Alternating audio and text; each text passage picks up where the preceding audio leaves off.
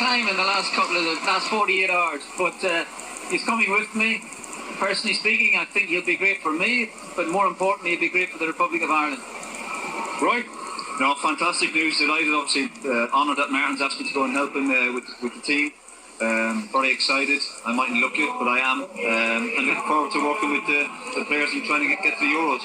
It's yin and yang. I don't know who's yin and who's yang, but it's a marriage made in heaven, possibly. Well, I think I'm the bad cop, and I think he's the bad cop. But yeah, I think we're excited by it. It looks as if we've got something to go and do to go with. I'm looking forward to it. Great. You've asked me to be kit man, but I turned him down. I couldn't agree. I've got the coach driver's job, and that is the end of it. We're all going to be very happy together. The big question, I suppose, and this intrigues me and the whole country. Why did he choose Roy Keane as his assistant? I think it could be inspired in a certain way. It could be a train wreck, you said as well, and you also said it could be a Hollywood PR stunt. It could be all of those things, Bill. But basically, all the media coverage has been, or much of it, has been about Roy Keane at the expense of a good look at Martin O'Neill. But what Keane brings, I think, and I don't know what was in Martin O'Neill's mind.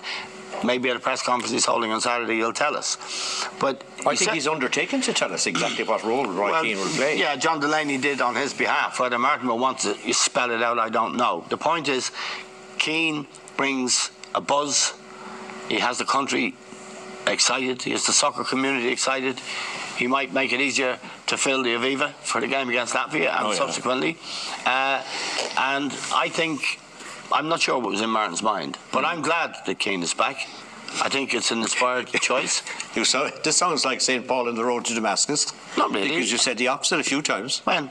Well, you have written that he's not suitable for management. I said but for team management, I suppose. What I said in his two spells as manager at Sunderland and Ipswich, he didn't manage players well. He was publicly critical of them, which isn't good, and he fell out with the owners and all of that stuff. But he's been out of the game for 2 years now. He has great qualities, knowledge of the game. I think he has leadership qualities. He's a very intelligent guy.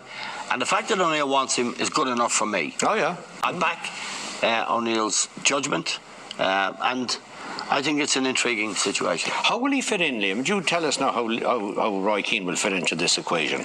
Well, I don't know, Bill. That's the honest answer. The only thing Speculate. Well, the only thing I can think of is that he'll be a John Robertson character that Martin O'Neill missed badly at Sunderland. John had been with Martin right from the outset, and he was a very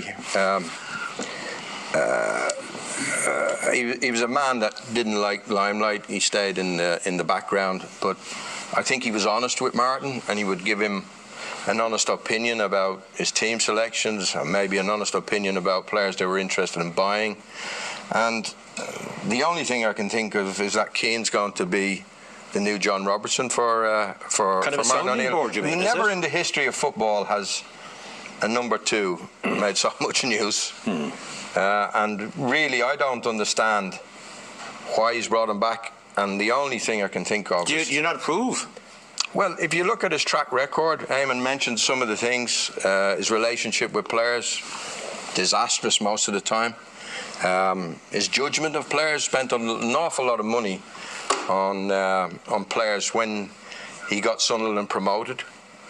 And that wasn't good. At Ipswich, again, the same kind of things. So, but they keep saying about Roy, he's got great knowledge.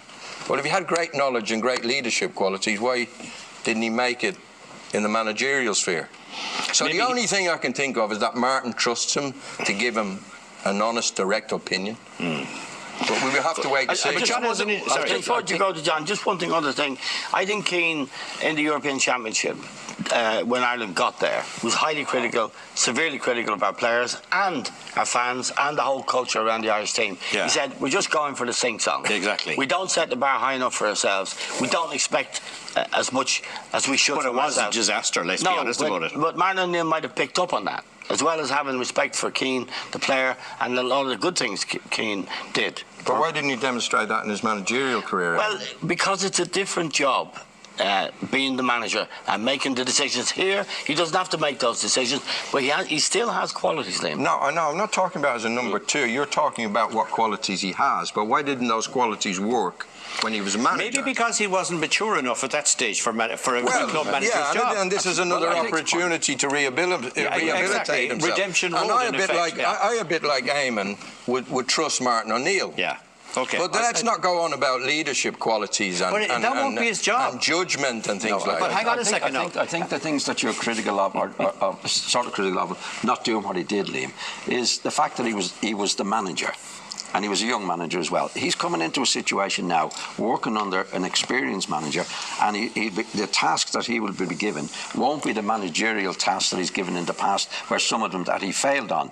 Now, you mentioned that selecting the players and things like that, for example, in the transfer market. He's not going into it. He won't be going into the transfer market. And I don't think his judgment of players has been good.